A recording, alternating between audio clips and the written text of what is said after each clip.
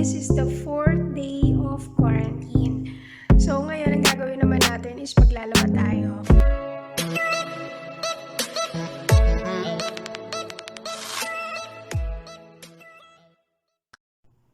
Hi guys! So this is the 4th day of quarantine. So ngayon, ang gagawin naman natin is maglalaba tayo. Ako, naglaba na ako. Ayan, nakasampay na siya. Siyempre yung abaya ko, tuwalya, damit. Ngayon, lalaban natin ngayon is yung ating comforter. Yan yung punda. Isa sa advice is magdala ka ng sabong panlaba para kapag uwi mo after ng quarantine is laban mo muna yung mga nagamit mo rito. Siyempre, diba? Kasi dadalhin mo yan sa bahay o sa accommodation after ng quarantine. Eh di parang nagdala ka din ng something dun sa bahay nyo. So, it's good na bago ka umuwi, laban mo lahat ng sa tingin mo pwede mong laban. Yun. Pwede mo din laban yung shoes mo, kaso hindi mo siya masusuot, diba? Ngayon, hindi pa ako pa uwi, pero kailangan ko maglaba. Pero hindi ko pwedeng pagsabihin yung comforter at saka to, kasi lalamigin ako. Today, winter season po ngayon dito sa Saudi Arabia. So, malamig po dito ngayon. As you can see, every other day ako maliligo. Kasi, una sa lahat, mag-isa lang ako sa buong bahay. Wala akong pasok. At saka, parang hindi nga ako pinagpapawisan because the whole day ng may stay ko dito, hindi naman ako nag-exercise. Pero I will try my best na mag-exercise. But I stay in the couch for the whole day. Nagla-laptop, nagbabasa ng books. So, most of my time, the whole day, nandun lang ako. Especially kahit matutulog, hindi na ako natutulog sa kwarto. Natutulog ako sa sofa. Kasi, ang tawag dito, andun na lahat eh. Andyan ang food ko sa kusina. Andito ang aking higaan, ang pastime. Ayun nga. So ngayon, tuturuan ko kayo kung paano gumamit ng automatic washing machine. Okay?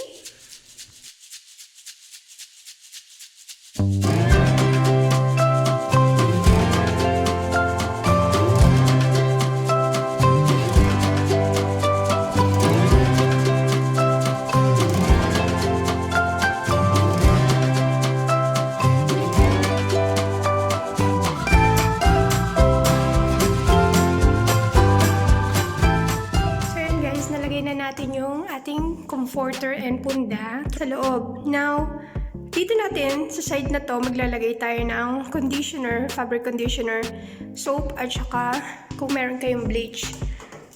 So, yan. Pakita ko lang. Medyo madumi siya. Itong side na malaki na to, dito nyo ilalagay yung soap. Pero syempre hindi siya umaapaw. O, tama lang, enough lang kasi ang automatic, yan ang maganda dyan eh. Matipid siya sa sabon. Kung marami kayo lalaban ha. Matipid siya sa sabon kasi yun lang, enough na. Mawawash talaga siya. Dito naman, ilalagay nyo yung bleach. Kung meron kayo, or yung liquid, tawag dito, liquid soap. Tapos, dito naman is yung softener, yung fabric conditioner nyo. So, close nyo lang. Yan. Kailangan nakas-close siya.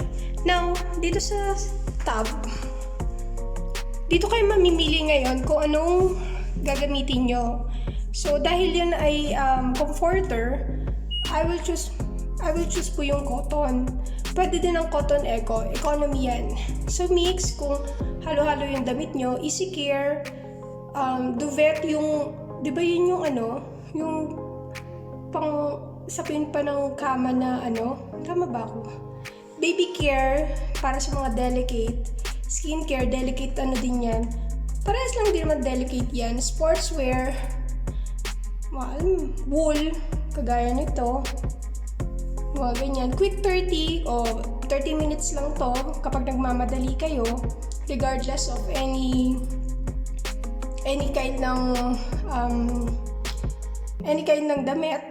Silent wash. I don't know, rinse and spins, dry only. Ito kapag gusto nyo lang ng dryer.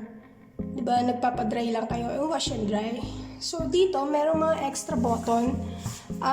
Tawag dito, sa first day ko po, ng pag-stay dito, always, bago kayo gumamit ng automatic washing machine, lalo na hindi naman sa inyo to. Pero kung sa inyo to, at least once a week, you will do the tub clean. Kagaya nito, ginagamit siya during COVID. Ako lang naman mag-isa dito, so okay lang once ko gawin yung tab clean. Pero kapag kunyari may kasama kayo, I advise na gawin nyo yung tab clean kasi di ba magkakahalo kayo sa kwarto as a flat. So how to do the tab clean? Just long press. Yan. Tab clean na po yan. Tapos, i-go nyo lang siya. Pero dahil hindi na tayo magta-tab clean at magwa-wash tayo, i-close na lang natin. Yan. Turn off, then turn on. Then, piliin natin ang cotton. Tapos, mamimili tayo. Meron ditong additional tab. This is rinse plus, wash, temperature, spin, dry, and rinse hold. So, sa rinse plus, nasa sa inyo yan kung gusto nyo magdagdag pa ng kagaya nito, rinse hold or pre-wash. Ibig sabihin yung, alam nyo yung pinapaikot-ikot lang muna para mababad ba? Ganon. Kung gusto nyo, kung syempre, di ba, gusto nyo madumi yung damit nyo, gusto nyo may babad mode pa, pre-wash pa muna siya bago talaga siya laban, click nyo lang to. Yan. Pero dahil hindi ko kailangan, click mo lang din. Touchscreen naman to. Uy, ayaw makisama. Ayun. Tapos, rinse hold. Ibig sabihin matagal siyang babanlawan. Tapos, time delay. Ibig sabihin mabagal siyang, alam mo, i-delay lang yung time. Pero ganun pa rin. Medic rinse, para sa medical purposes. Actually, pwede din to. May mga dugo-dugo, mga char-char, ganun. Pero hindi naman natin kailangan yan kasi ginamit ko naman sa bahay. Rinse plus, ayan. Kung gusto mo pandagdag ng banlaw. Pero sa atin, no need na. Comforter lang naman yan. Ako lang naman ang gumamit yan. Then, merong time save, normal, intensive. Wow, intensive to. So, normal lang tayo. Actually, pwede nga din ng time save. So, para maano mo siya, para mag-move yung mga light o yung choices, click nyo lang to. Yan. So, pwede din ng time save. Time save na lang. Ngayon sa temperature, anong temperature ang gusto mo piliin for your comforter? Usually cold yan. Kasi kapag hot, alam mo yung mga fur niya nasisira. So, we will choose the cold one. Lalo na winter ngayon, it's good. So, cold. Then, spin. Gaano kabilis yung spin? Meron 400, 800, 1,000, 1,400. So, okay na yan, 1,400. So, yung time. Time, eco cupboard, iron, and low temperature. Dito, kaya madalas ang automatic washing machine inaabot siya ng 2 hours because of this. Kasi ito yung mga tawag dito, ito yung mga pagpipilian mo na para kang magpapadry. Like cupboard and iron, parang paglabas nila tuyong-tuyo na sila. Kaso, yun yung for me nakakasira ng mga damit. Dahil, biruin mo, ang tagal-tagal mo siyang paikutin, patutuyuin. Mayroon naman tayong drying rack. But it's your choice kung anong gusto nyo. So, mag-ano lang naman tayo dyan. Mamimili din, ganun din. Press nyo lang din siya. Yan. Core, iron, cupboard, eco, and time. Kung gaano katagal, meron 30, meron namang 1 hour, meron 2 hours, ganun. So, for me, siguro 30 minutes lang na dry or economy na lang. 30 minutes drying. Yan. So, may child lock din sila. So, long press mo lang din to. Pero dahil wala naman tayong bata, so, okay lang din. Kasi, eto, pag nag-lock to, hindi mo na to mabubuksan. Sa ngayon, mabubuksan mo pa siya kasi hindi pa tayo nag-go. Tapos, tingnan nyo, nawala yung yung number. Pero once na sinarado mo na siya, hindi na siya pwedeng buksan later on. So, papakita ko sa inyo. Pero ngayon, ayan na. Pinili natin is cotton. Then, time save. So, time save. Cold. Then, touchscreen kasi siya.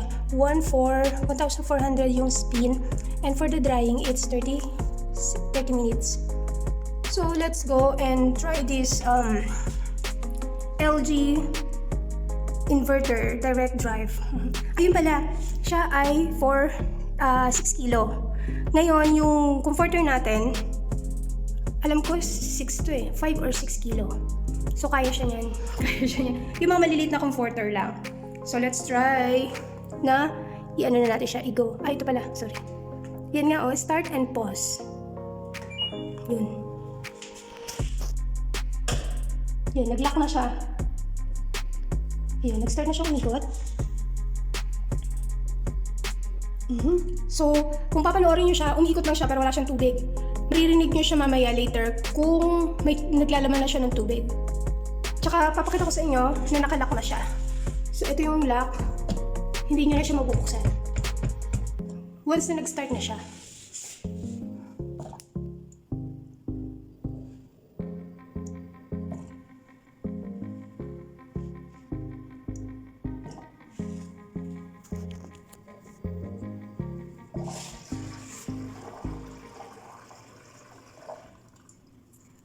So, siya ay, tawag dito, energy efficiency. So, ibig sabihin, 415 kilowatt ang magagamit niya per year. So, ilang kilowatt siya per day? So, yun. O nga pala, dahil siya ay automatic, so hindi na natin siya kailangan lagyan ng tubig. Automatic pa yun. So, siya ay naka-attach sa, ano talaga, sa source ng water, yung hose. Tapos, yung drainage niya din, ito yung drainage niya. Yan. So, dito siya nagde-drain.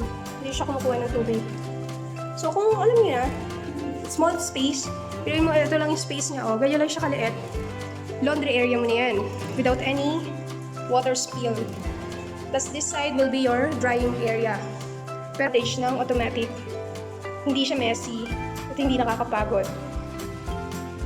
Nakalimutan kong i-video yung choice natin pala kung gaano katagal yung inabot. So, if you choose cotton, nasa 1 hour lang po yan. Plus, namili tayo ng time for drying. So, 30 minutes. So, umabot siya ng 1 and 39 minutes. Siguro 1 and 40 kanina. So, yun po. Balikan natin siya after almost 2 hours. 1.5 hour. Diba? Na paglalaba, lamog na lamog yung damit ko ay yung comforter dyan. So, see ya. Okay, likpitan time para mapakante ang drying rack. Off ko kaagad yung, yung washing machine bago ko na-videohan. Pero ayan, katatapos lang siya. Hindi nyo tuloy narinig yung release lock. After kasi mag-end, pag tinurn off mo yun, magre-release siya ng lock. Kagaya ng sounds kanina na nag-lock siya, ganun din yung maririnig nyo. So, kapag ganyan, hindi na siya nakalock, easy na po siya ma-open. Pero yan, mainit siya.